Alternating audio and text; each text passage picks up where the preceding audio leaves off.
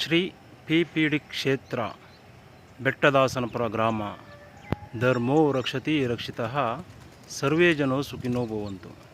ಇಂದು ಶ್ರೀ ಪಿಪಿಡಿ ಕ್ಷೇತ್ರಕ್ಕೆ ಬಂದು ಕ್ಷೇತ್ರದ ಅಮ್ಮನವರುಗಳಿಗೆ ನಮಸ್ಕರಿಸಿ 71ನೇ ಸುತ್ತಿನ ಪಾದಯಾತ್ರೆಯನ್ನು ಕೈಗೊಳ್ಳಲಾಗಿರುತ್ತದೆ. ಪ್ರಸ್ತುತ ಈ ಪಾದಯಾತ್ರೆ ಸುಸಂದರ್ಭದಲ್ಲಿ ನಾನು ಯಾವಾಗಲೂ ಸಹ ಧರ್ಮೋ ರಕ್ಷತಿ ರಕ್ಷಿತಃ ಸರ್ವೇ ಜನೋ ಸುಖಿನೋ ಭವಂತು ಎಂದು ತಿಳಿಸುತ್ತೇನೆ.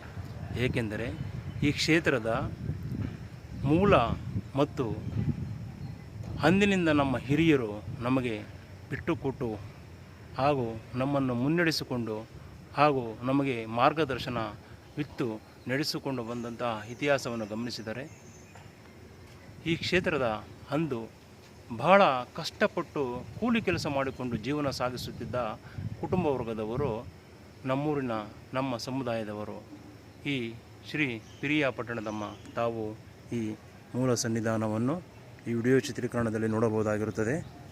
ಈ ಪಿರಿಯಾಪಟ್ಟಣದಮ್ಮ ತಾಯಿ ಮೂಲ ಸನ್ನಿಧಾನ. ಈ ಸನ್ನಿಧಾನವನ್ನು ನಿರ್ಮಿಸಲು ಒಂದು ಇತಿಹಾಸವಿದೆ. ಬಹಳ ಭಕ್ತಿಪೂರ್ವಕವಾಗಿ ಶ್ರದ್ಧಾಪೂರ್ವಕವಾಗಿ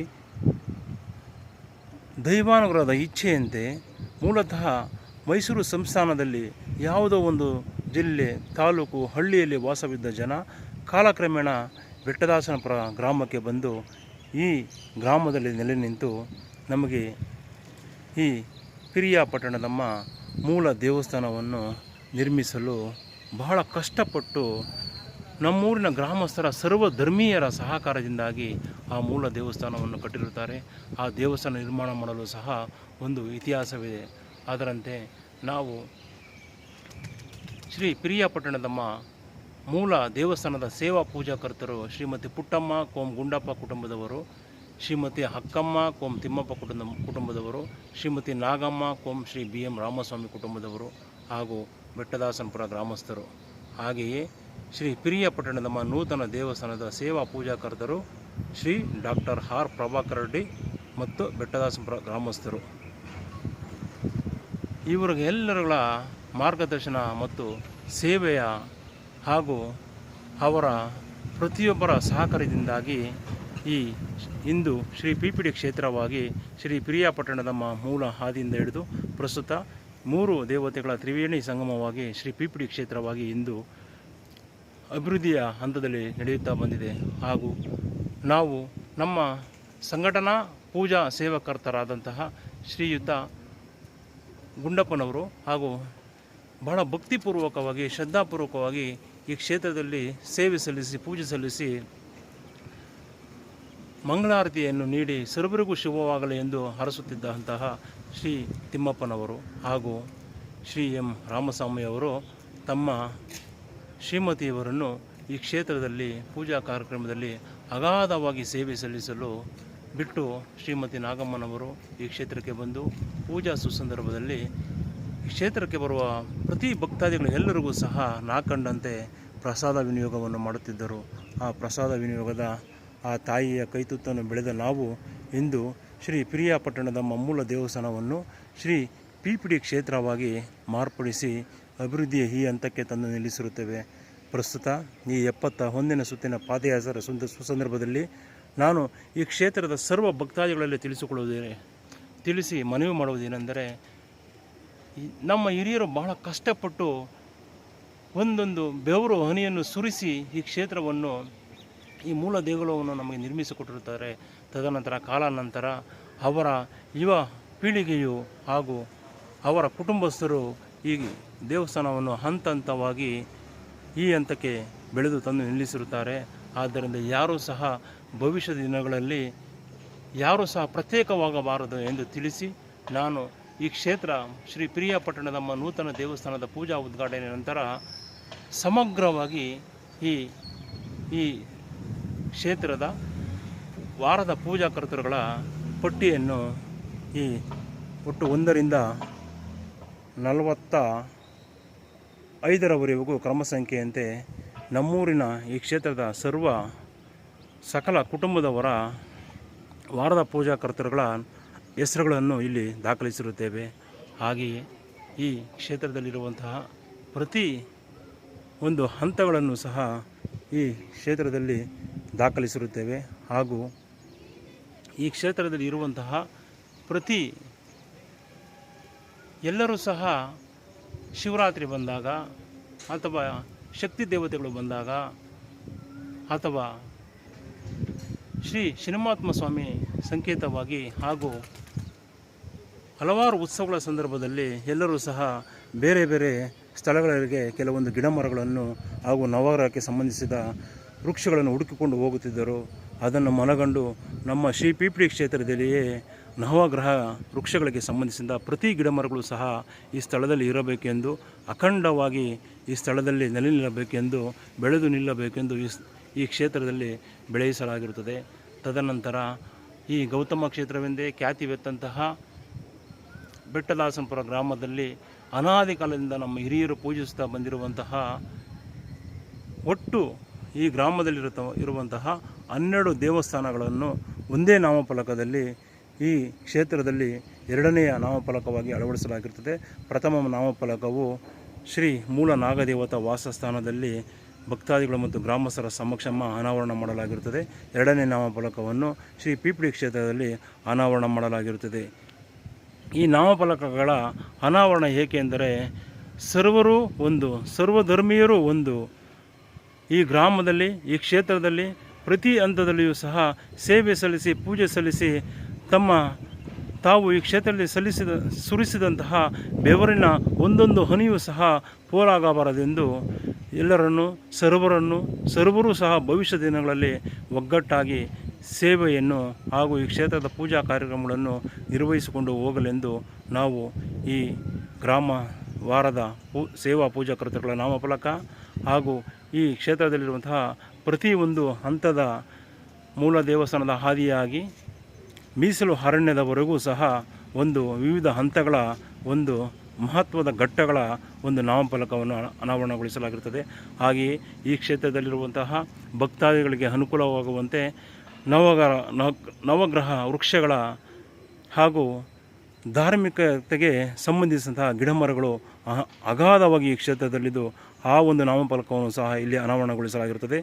ಗೌತಮ ಕ್ಷೇತ್ರ ಈ ನಮ್ಮೂರಿನ ಕುಬೇರನ ಮೂಲೆಯಲ್ಲಿ ನೆಲೆ ನಿಂತಿರುವ ಶ್ರೀಯುತ ಮೂನಿಲ ಸಮೇತ ಕೋಟೆ ಶ್ರೀ ತಿಮ್ಮರಾಯ ಸ್ವಾಮಿ ಆದಿಯಾಗಿ ನೂತನವಾಗಿ ಇತ್ತೀಚಿನ ದಿನಗಳಲ್ಲಿ ನಿರ್ಮಾಣವಾದಂತಹ ಶ್ರೀ ದುರ್ಗಾ ಪರಮೇಶ್ವರಿ ದೇವಸ್ಥಾನದವರೆಗೂ ಒಟ್ಟು 12 ದೇವಸ್ಥಾನಗಳ ನಾಮಫಲಕವು ಒಂದೇ ನಾಮಫಲಕದಲ್ಲಿ ಅನಾವರಣಗೊಳ್ಳಬೇಕು.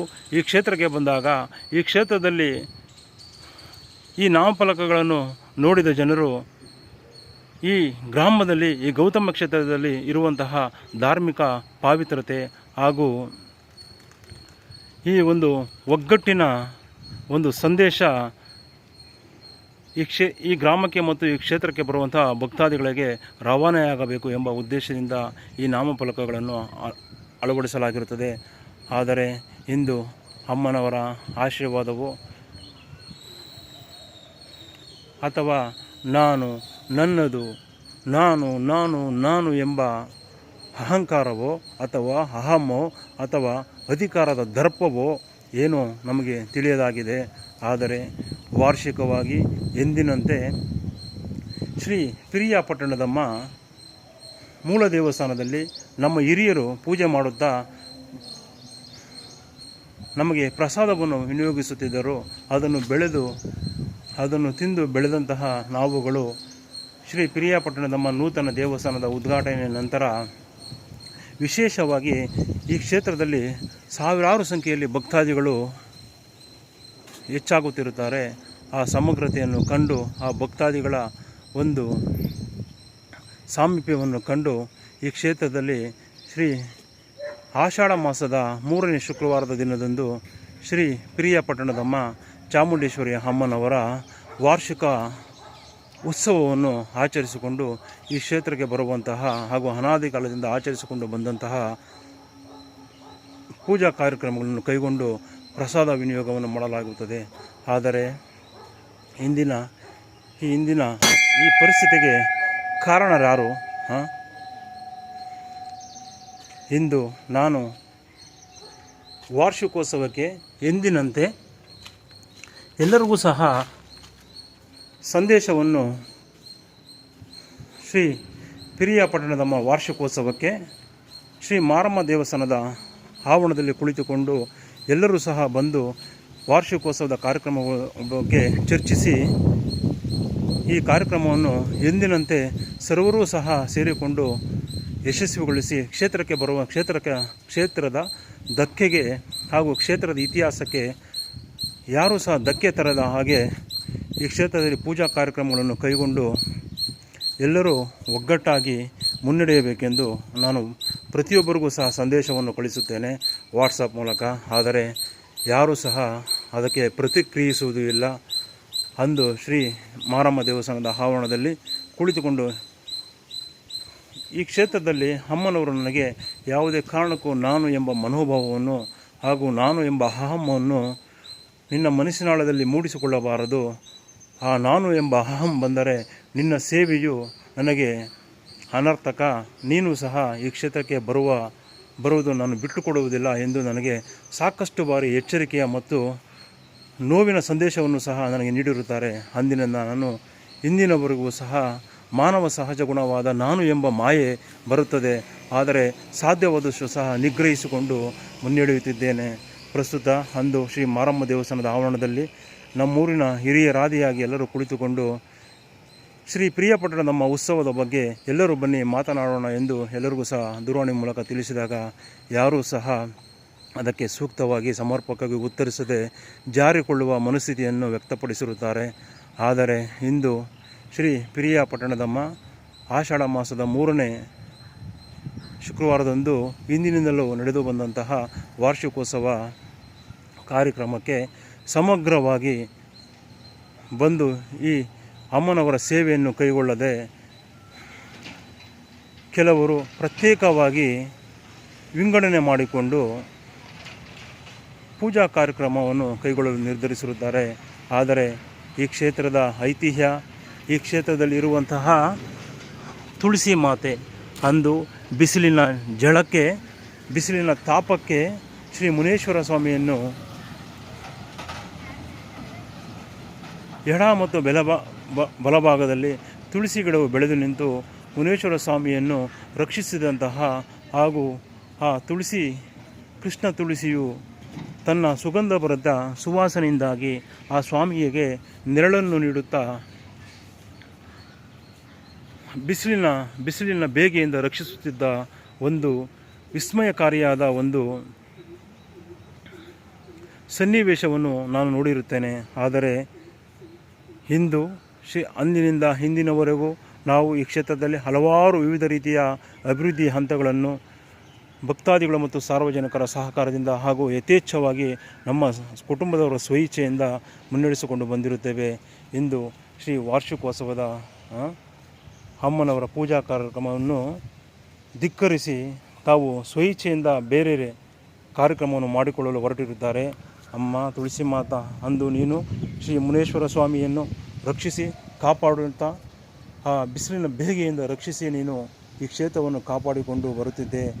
ಇಂದಿನ ಈ ಹಂತಕ್ಕೆ ಪೂಜಾ ಕಾರ್ಯಕ್ರಮವನ್ನು ಸಮಗ್ರವಾಗಿ ಒಗ್ಗಟ್ಟಾಗಿ ಮಾಡಲು ಬರದೆ ಪ್ರತ್ಯೇಕವಾಗಿ ಮಾಡಲು ಹೊರಟಿರುವಂತಹ ಅಹಂಗೆ ಕಾರಣ ಯಾರು?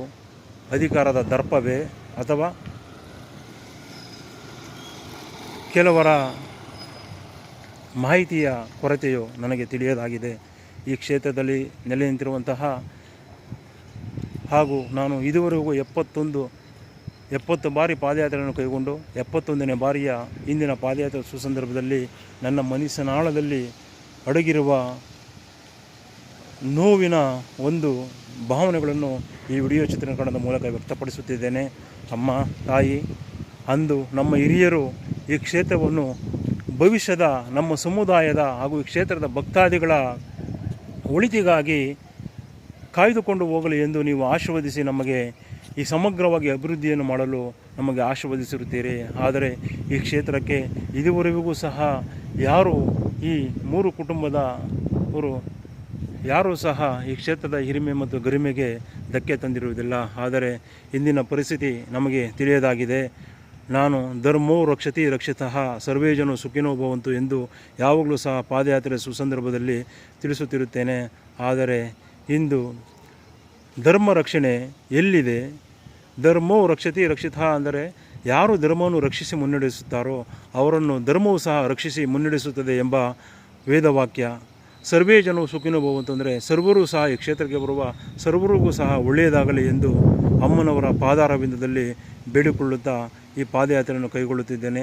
ಹಾಗೂ ಈ ಪ್ರಾಥಮಿಕವಾಗಿ ಈ ಕ್ಷೇತ್ರಕ್ಕೆ ಬಂದು ಸೂರ್ಯ ನಮಸ್ಕಾರವನ್ನು ನಮಸ್ಕರಿಸಿ ಹಾಗೂ ನಮ್ಮೂರಿನ ಗ್ರಾಮ ದೇವಸ್ಥಾನಗಳ ಗ್ರಾಮ ದೇವತೆಗಳನ್ನು ನೆನೆಯುತ್ತಾ ಹಾಗೂ ನವಗ್ರಹ ವೃಕ್ಷಗಳನ್ನು ನೆನೆಯುತ್ತಾ ಹಾಗೂ ಈ ಕ್ಷೇತ್ರದ ಅನನ್ಯ ಪ್ರಕೃತಿ ಮಾತೆ ವನಸಿರಿ ವೃಕ್ಷ ಮಾತೆಯನ್ನು ನೆನೆಯುತ್ತಾ ಪಾದಯಾತ್ರೆಯನ್ನು ಕೈಗೊಳ್ಳುತ್ತಿದ್ದೇನೆ.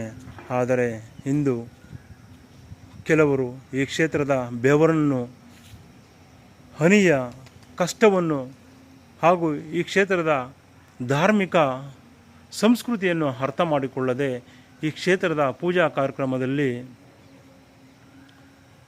ದಿಕ್ಕು ತಪ್ಪಿಸುವ ಕೆಲಸವನ್ನು ಮಾಡುತ್ತಿರುತ್ತಾರೆ. ಅದಕ್ಕೆ ಯಾರು ಹೊಣೆ ತಾಯಿ? ಯಾರು ಈ ಒಂದು ತಂತ್ರಕ್ಕೆ ಯಾರು ಜವಾಬ್ದಾರಿ? ಅಮ್ಮ ತಾಯಿ, ಅಂದು ಶ್ರೀ ಮೂಲ ನಾಗದೇವತಾ ವಾಸಸ್ಥಾನವೆಂದು ಇಂದು ನಾಮಫಲಕವನ್ನು ಅಳವಡಿಸಿ ಪೂಜಾ ಕಾರ್ಯಕ್ರಮಗಳನ್ನು ಹಲವಾರು ಭಕ್ತಾದಿಗಳು ಮಾಡಿಕೊಂಡು ಹೋಗುತ್ತಿರುತ್ತಾರೆ.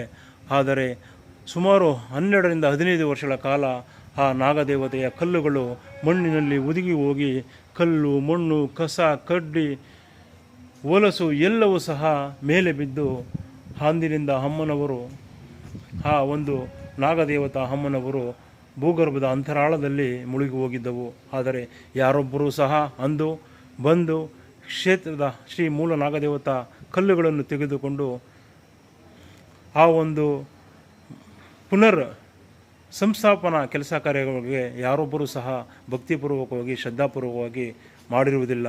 ಆದರೆ ಇಂದು ಅಮ್ಮನವರ ಆಶೀರ್ವಾದಗಳಂತೆ ನಾವು ಈ ಕ್ಷೇತ್ರದ ಭಕ್ತಾದಿಗಳ ಪ್ರತ್ಯಕ್ಷ ಮತ್ತು ಪರೋಕ್ಷ ಒಂದು ಸೇವಾ ಮನೋಭಾವದಿಂದ ಶ್ರೀ ಮೂಲ ನಾಗದೇವತಾ ವಾಸಸ್ಥಾನವನ್ನು ಕಟ್ಟಿ ಬೆಳೆಸಿ ನಿಲ್ಲಿಸಿರುತ್ತೇವೆ. ಹಾಗೆಯೇ ಶ್ರೀ ಮಾರಮ್ಮ ದೇವಸ್ಥಾನದ ಆವರಣವನ್ನು ಜೀರ್ಣೋದ್ಧಾರ ಮಾಡೋಣವೆಂದು ನಾವು ಶ್ರೀ ಮಾರಮ್ಮ ತಾಯಿಯ ಆವರಣದಲ್ಲಿ ಕುಳಿತು ಚರ್ಚಿಸುತ್ತಿರುವಾಗ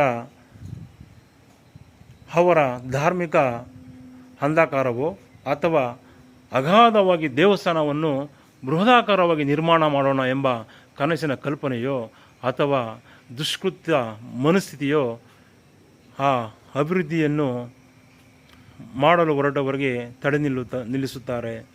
ಇಂದಿನವರೆಗೂ ಸಹ ಆ ಕಾರ್ಯ ಹಾಗೆ ನೆನೆಗುದಿಗೆ ಬಿದ್ದಿರುತ್ತದೆ. ಶ್ರೀ ಶಂಭುಲಿಂಗೇಶ್ವರ ಸ್ವಾಮಿ ಅನಾದಿಕಾಲದಿಂದ ನಮ್ಮ ಹಿರಿಯರು ಪೂಜಿಸ್ತಾ ಬರುತ್ತಿದ್ದರು. ಆ ಸ್ಥಳವೂ ಸಹ ಹಾಗೆಯೇ ನಿಂತಿದೆ. ಆದರೆ ಅಮ್ಮ ತಾಯಿ ಶ್ರೀ ಮಾರಮ್ಮ ದೇವಸ್ಥಾನದ ಆವರಣದ ಮುಂಭಾಗದಲ್ಲಿ ಕಲ್ಲನ್ನು ಹಾಸಲು ಸುಮಾರು 15 ವರ್ಷಗಳ ಹಿಂದೆ ತಂದು ಹಾಕಿರುತ್ತಾರೆ. ಆದರೆ ಇದುವರೆಗೂ ಸಹ ಆ ಕಲ್ಲನ್ನು ಹಾಸಲು ಅವರ ಕೈಯಲ್ಲಿ ಆಗಿರುವುದಿಲ್ಲ. ಏಕೆ ತಾಯಿ? ನಾವು ಮಾಡುವ ಕೆಲಸಗಳು ನಮಗೆ ಅಗಾಧವಾಗಿದ್ದಾವೆ. ನಮ್ಮೂರಿನಲ್ಲಿ ಶ್ರೀ ಮುನೇಶ್ವರ ಸ್ವಾಮಿ ಬೃಹದಾಕಾರದ 2 ಆಲದ ಮರಗಳು ಬೆಳೆದು ನಿಂತಿದ್ದವು. ಈ ಕ್ಷೇತ್ರದ ಈ ಗೌತಮ ಕ್ಷೇತ್ರಕ್ಕೆ ಕೋಟೆ ದೇವಸ್ಥಾನದಲ್ಲಿ ಮೇಲೆ ನಿಂತು ನೋಡಿದಾಗ ಬೃಹದಾಕಾರದ 2 ಆಲದ ಮರಗಳು ಬೆಳೆದು ನಿಂತಿದ್ದವು. ಆಲದ ಮರದ ಮೂಲ ಸ್ಥಾನದಲ್ಲಿ ಮುನೇಶ್ವರ ಸ್ವಾಮಿಯ ಕಲ್ಲುಗಳನ್ನಿಟ್ಟು ವಾರ್ಷಿಕವಾಗಿ ಜಾತ್ರಾ ಮಹೋತ್ಸವದ ಸುಸಂದರ್ಭದಲ್ಲಿ ಪೂಜೆಯನ್ನು ಮಾಡುತ್ತಾ ಬರುತ್ತಿದ್ದರು. ಆದರೆ ಇಂದು ಆ ಸ್ಥಳವು ಏನಾಯಿತು? ಅಲ್ಲಿದ್ದಂತಹ ಈ ಕ್ಷೇತ್ರದ ಈ ಗ್ರಾಮದ ಅಥವಾ ಇನ್ಯಾವುದೋ ಒಂದು ಧಾರ್ಮಿಕ ಏರುಪೇರಿಗೆ ಒಳಗಾಗಿ ಆ ಬೃಹದಾಕಾರದ 2 ಆಲದ ಮರಗಳು ಉರುಳಿ ಹೋಗಿರುತ್ತವೆ. ಆದರೆ ಆ ಸ್ಥಳ ಹಾಗೆಯೇ ಇರುತ್ತದೆ. ಆ ಸ್ಥಳವನ್ನು ಮತ್ತೆ ನಿರ್ಮಾಣ ಮಾಡುವಂತಹ ಒಂದು ಶಕ್ತಿ ಯಾರಿಗೆ ನೀಡಿದ್ದೀಯಾ ಅಮ್ಮ? ಆದರೆ ಇಷ್ಟೆಲ್ಲ ಒಂದು ಧಾರ್ಮಿಕ ಕ್ಷೇತ್ರ, ಗೌತಮ ಕ್ಷೇತ್ರವೆಂದೇ ಕರೆಯುವ ಈ ಒಂದು ಗ್ರಾಮದಲ್ಲಿ ನಾವು ಮಾಡಬೇಕಾಗಿರುವ ಕೆಲಸಗಳು ಸಾಕಷ್ಟಿರುತ್ತವೆ. ಪ್ರಾಥಮಿಕವಾಗಿ ಶಂಭುಲಿಂಗೇಶ್ವರ ಸ್ವಾಮಿ, ತದನಂತರ ಆಲದ ಮರದ ಮುನೇಶ್ವರ ಸ್ವಾಮಿ, ತದನಂತರ ಶ್ರೀ ಮಾರಮ್ಮ ತಾಯಿಯ ಒಂದು ಜೀರ್ಣೋದ್ಧಾರ. ಈ ಎಲ್ಲ ಕೆಲಸಗಳು ಬಾಕಿ ಉಳಿದು ನಿಂತಿವೆ. ಆ ಕೆಲಸ ಕಾರ್ಯಗಳನ್ನು ಮಾಡದೆ ವಾರ್ಷಿಕೋತ್ಸವ ಸುಸಂದರ್ಭದಲ್ಲಿ ಬಂದು ಜನರಿಗೆ ದಿಕ್ಕು ತಪ್ಪಿಸುವ ಒಂದು ಮನೋಭಾವವನ್ನು ಇಟ್ಟುಕೊಂಡು ಈ ಕ್ಷೇತ್ರದ ಒಂದು ಐತಿಹ್ಯಕ್ಕೆ ಹಾಗೂ ಈ ಕ್ಷೇತ್ರದ ಒಂದು ಇತಿಹಾಸಕ್ಕೆ ಹಾಗೂ ಜನರಿಗೆ ದಿಕ್ಕು ತಪ್ಪಿಸುವ, ಜನರ ದಿಕ್ಕನ್ನು ಬದಲಾಯಿಸುವ ಒಂದು ಪ್ರವೃತ್ತಿಯನ್ನು ರೂಢಿಸಿಕೊಂಡಿರುತ್ತಾರೆ. ಈ ರೀತಿ ಏಕಾಗಿದೆ ತಾಯಿ. ನಾನು ಈ 71ನೇ ಸುತ್ತಿನ ಪಾದಯಾತ್ರೆ ಸುಸಂದರ್ಭದಲ್ಲಿ ಅಮ್ಮ ನಿನ್ನಲ್ಲಿ ಮನವಿ ಮಾಡಿಕೊಳ್ಳುತ್ತಿದ್ದೇನೆ. ಯಾರೂ ಸಹ ಈ ಕ್ಷೇತ್ರದ ಧಕ್ಕೆಗೆ ಮತ್ತು ಈ ಕ್ಷೇತ್ರದ ಇತಿಹಾಸಕ್ಕೆ ಧಕ್ಕೆ ತರದ ಹಾಗೆ ನಡೆದುಕೊಂಡು ಈ ಕ್ಷೇತ್ರದ ಪಾವಿತ್ರ್ಯತೆಯನ್ನು ಉಳಿಸಿಕೊಂಡು ಬೆಳೆಸಿಕೊಂಡು ಹೋಗುವಂತಹ ಒಂದು ಧಾರ್ಮಿಕ ಮನೋಬಲವನ್ನು ರೂಢಿಸಿಕೊಳ್ಳಲಿ ಎಂದು ಇಂದು ಪ್ರಸ್ತುತ ಅಮ್ಮನವರ ಪಾದಾರವಿಂದದಲ್ಲಿ ಬೇಡಿಕೊಳ್ಳುತ್ತಿದ್ದೇನೆ. ಅಮ್ಮ ತಾಯೇ, ನಾನು ನಾನು ನಾನು ಎಂಬ ಅಹಮ್ಮನ್ನು ಮೂಲೆ ಗುಂಪಾಗಿಸು ತಾಯಿ. ಈ ಕ್ಷೇತ್ರದ ಪಾವಿತ್ರ್ಯತೆಯನ್ನು ಕಾಪಾಡು ತಾಯೇ, ಕಾಪಾಡು ಜಗನ್ಮಾತೆ. ಶ್ರೀ ಪಿರಿಯಾಪಟ್ಟಣದಮ್ಮ ತಾಯಿ, ಶ್ರೀ ಚಾಮುಂಡೇಶ್ವರ ಅಮ್ಮನವರು, ಶ್ರೀ ನಾಗದೇವತಾ ಮಾತೆ. ಧನ್ಯೋಸ್ಮಿ ಮಾತಾ, ಧನ್ಯೋಸ್ಮಿ.